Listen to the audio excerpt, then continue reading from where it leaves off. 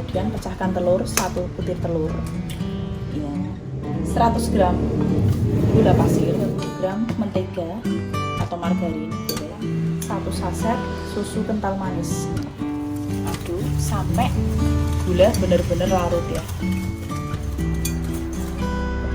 Kemudian tambahkan 100 ml santan instan ya, kecil. Kita tambahkan air sedikit, garam secukupnya.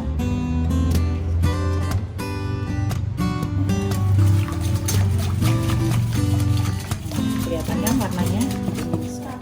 170 gram tepung terigu protein sedang atau ragi instan ya.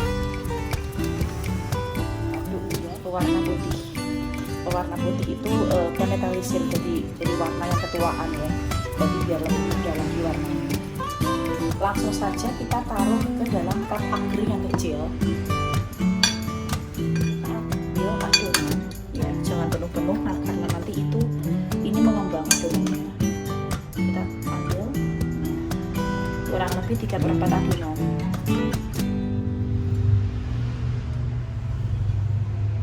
Segini 3/4. Kita tunggu, tutup 30 menit. 30 menit pengistirahat adonan. Nah, opsional ya. Opsional itu terserah kalian seadanya. Cantik ya.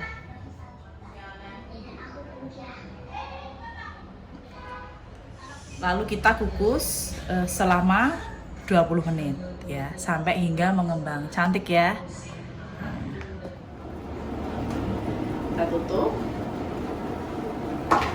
Kita kukus selama 20 menit.